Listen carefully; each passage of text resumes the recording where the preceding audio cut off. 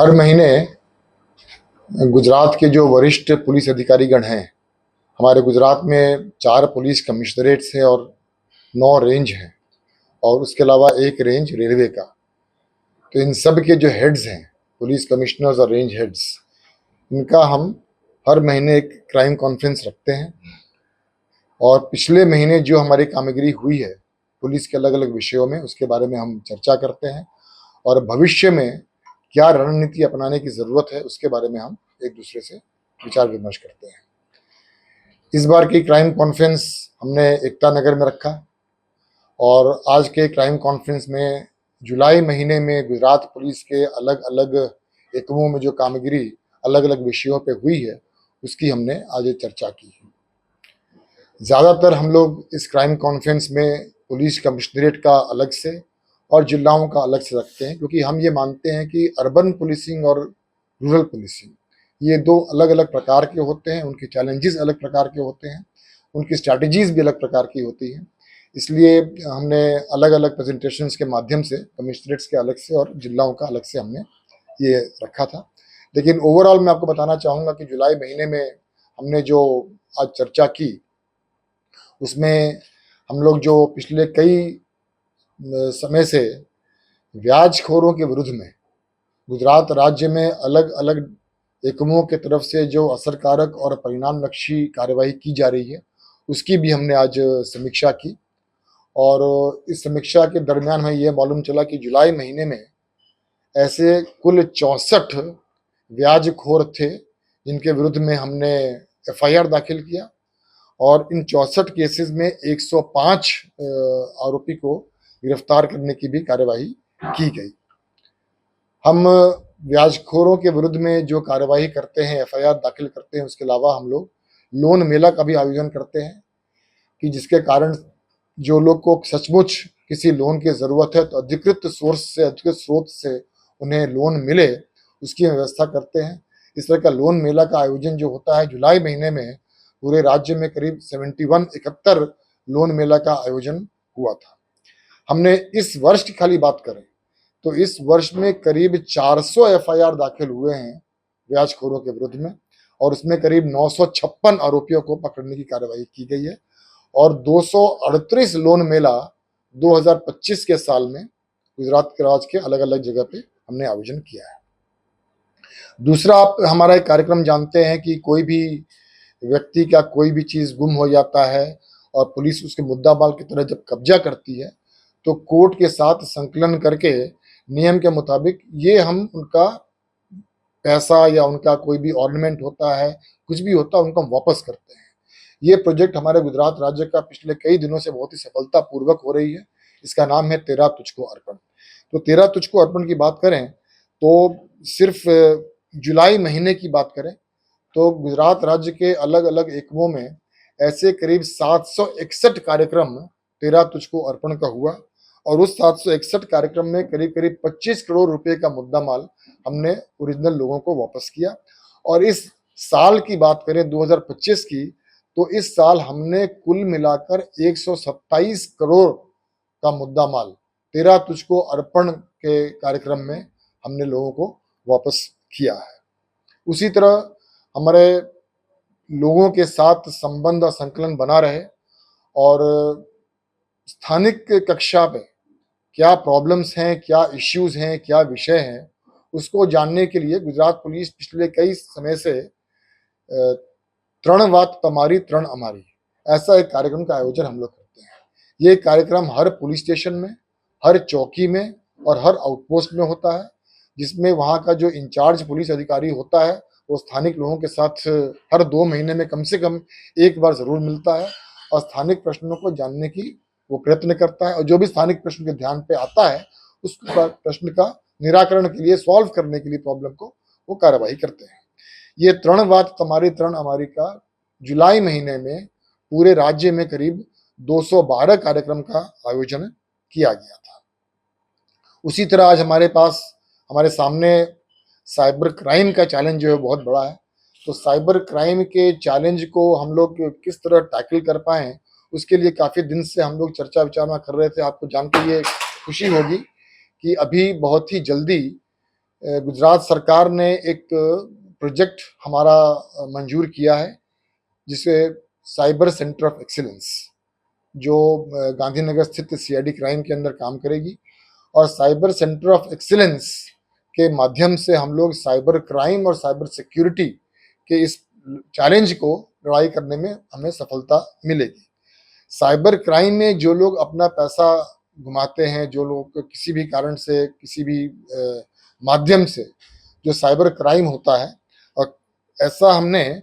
सिर्फ जुलाई महीने में करीब 28 करोड़ रुपया जो साइबर फंड में लोगों ने घुमाया था साइबर क्राइम में, वो वापस गुजरात पुलिस ने जुलाई महीने में की है, 28 करोड़ रुपया का किया है। उसी तरह हमारे यहाँ अलग अलग जगह जो गुनाह दाखिल होते हैं और गुनाह दाखिल होने के बाद बहुत लंबे समय से फरार रहते हैं, आरोपी पकड़ नहीं पाते, जिनको हम एब्सकॉन्डर्स बोलते हैं, ऐसे फरारी आरोपी को पकड़ने के लिए भी पिछले कुछ समय से गुजरात राज्य में बहुत ही अच्छी कामगिरी की जा रही है। और अभी हम सिर्फ जुलाई महीने की बात करें तो ऐसे जो फरारी आरोपी थे, वैसे कुल 434 आरोपी को हमने गिरफ्तार किया है। और इस 434 आरोपी में करीब 251 आरोपी ऐसे थे जो 1 साल के ज्यादा समय से वो लोग फरारी थे। तो ऐसे 251 लोगों को, जो बहुत 1 साल से ज्यादा जो ढंग से फरार थे, उनको पकड़ने में भी गुजरात पुलिस को सिर्फ जुलाई महीने में ये सफलता प्राप्त हुई। 15 मार्च 2025 को गुजरात राज्य के सभी पुलिस स्टेशनों को सूचना दी गई थी कि 100 घंटे के अंदर आपके कार्यक्षेत्र में जितने भी असामाजिक तत्व हैं उनका लिस्ट तैयार किया जाए और इन असामाजिक गुंडा तत्वों के विरुद्ध अलग अलग प्रकार की नियम के मुताबिक कार्रवाई की जाए। तो ये जो हम कार्रवाई किए हैं, उसमें सबसे असरकारक हमारी कामगिरी जो रही है वो रही है कि ऐसे असामाजिक तत्व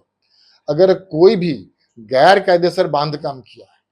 या कोई भी ऐसा बांधकाम किया है जो सरकारी जमीन पे है, उस परमिशन उसके पास ना हो,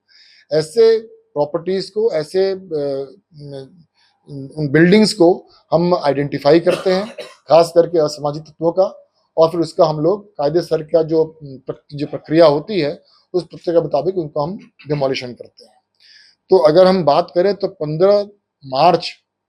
25 के बाद ऐसे 750 से भी अधिक डिमोलिशंस गुजरात पुलिस ने की है, और उस 750 में से 630 से ज्यादा तो ऐसे डिमोलिशंस हैं जो सरकारी जमीन पर कब्जा करके गैर कायदेसर ढंग से उन्होंने बांधकाम किया। ये बांधकाम में दुकान भी आ जाता है, मकान भी आ जाता है, फार्म हाउसेस भी आ जाते हैं। ऐसे बड़े बड़े असामाजिक तत्वों के स्ट्रक्चर्स को हमने डिमोलिश किया है। उसके साथ साथ जो लोग बार बार गुनाह करते हैं, तो पहले गुनाह में अगर उन्हें जामीन मिली है और जामीन का अगर कोई भी कंडीशन भंग उन्होंने किया है, तो जामीन रद्द करने के लिए भी हम कोर्ट के साथ संकलन करके ये कार्रवाई करते हैं।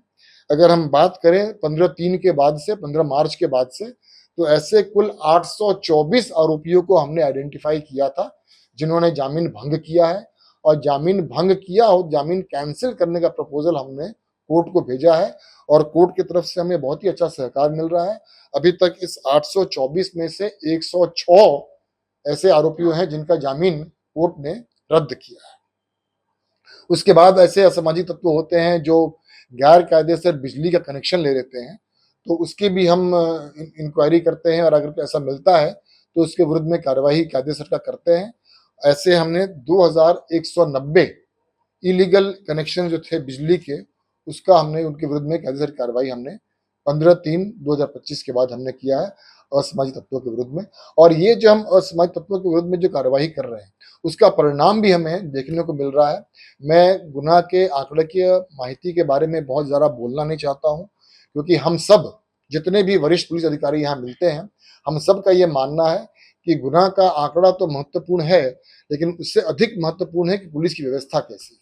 अगर पुलिस की व्यवस्था अच्छी हो तो आंकड़ा की माहिती अपने आप घट जाएगी, गुनाह अपने आप घट जाएगा। लेकिन हमारी जो व्यवस्था है, वो व्यवस्था की हम समीक्षा करते हैं, व्यवस्था में किस तरह की इंप्रूवमेंट्स की जरूरत है, किस दिशा में ज्यादा काम करने की जरूरत है, उसके बारे में हम वरिष्ठ पुलिस अधिकारीगण हर महीने मिलते हैं, उसके बारे में चर्चा करते हैं। और इस तरह की व्यवस्था को इम्प्रूव करने की प्रक्रिया के कारण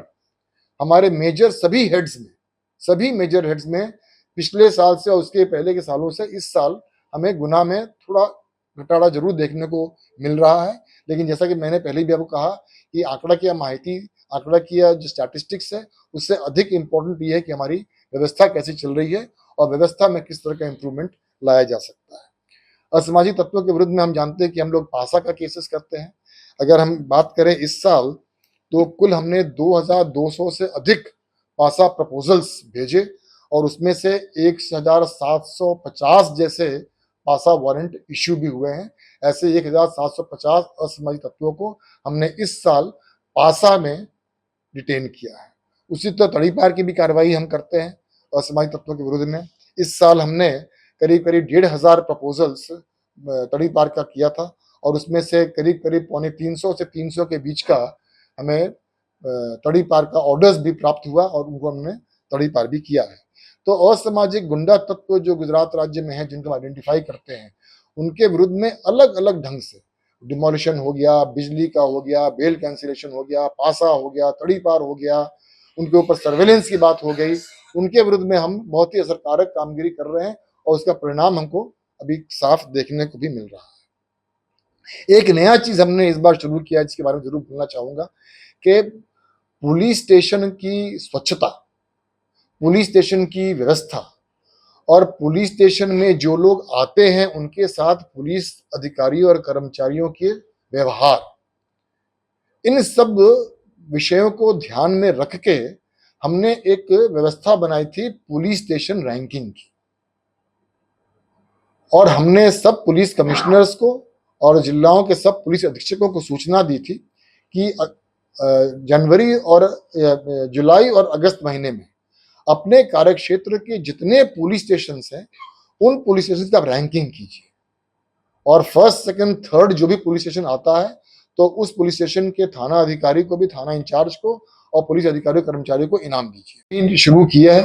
और पुलिस स्टेशन रैंकिंग हर पुलिस कमिश्नरेट में और हर जिले में पूरी कर ली गई है और इसके कारण मेरा ऐसा मानना है, मेरा ऐसा विश्वास है कि पुलिस स्टेशन की काम करने की जो पद्धति है, पुलिस स्टेशन में जो स्वच्छता है, पुलिस स्टेशन के लोगों के साथ जो व्यवहार है, उस व्यवहार में भविष्य में आज हम ज्यादा अच्छा काम कर पाएंगे, हम ज्यादा अपने आप को इम्प्रूव कर पाएंगे। पुलिस स्टेशन रैंकिंग में इन सब चीजों को ध्यान में रख के हमने पैरामीटर्स बनाया है और ये हमने हर 6 महीने में हम पुलिस स्टेशन का रैंकिंग गुजरात राज्य में करने की हमने ये शुरुआत की है। पहला हमने अभी अगस्त महीना में अभी हमने कुछ दिन पहले ही इसको पूर्ण किया है। ओवरऑल मैं ये कहना चाहूंगा कि हम हर महीने जो ये क्राइम कॉन्फ्रेंस करते हैं उसमें वरिष्ठ पुलिस अधिकारियों एक दूसरे से मिलते हैं तो अलग अलग विषयों पे बहुत डीपली हम लोग चर्चा करते हैं। फील्ड लेवल पे जो प्रॉब्लम्स होता है उन प्रॉब्लम्स को डिस्कस करते हैं, उस प्रॉब्लम का हल क्या हो सकता है उसके बारे में डिस्कस करते हैं। अगर कुछ ऐसा हल है जो डीजी ऑफिस से किया सकता है तो उसके बारे में चर्चा करते हैं। कुछ ऐसा होता है जो सरकार लेवल पे जाना होता है तो वहां पर जाने की हम बात करते हैं। लेकिन ओवरऑल जितने भी अधिकारी आते हैं वो सबका 20 25 साल 30 साल अनुभव वाले अधिकारी यहाँ आते हैं और हम लोग 2-3 घंटा साथ में मिलते हैं, चर्चा करते हैं तो उससे बहुत सारे नए नए चीज, बहुत सारे नए नए वस्तुओं के बारे में, विषयों के बारे में हमको मालूम चलता है और क्राइम कॉन्फ्रेंस से हमारी ये गुजरात पुलिस की जो पूरी व्यवस्था है उसको सुधारने में हमको इससे मदद मिलती है। Thank you very much.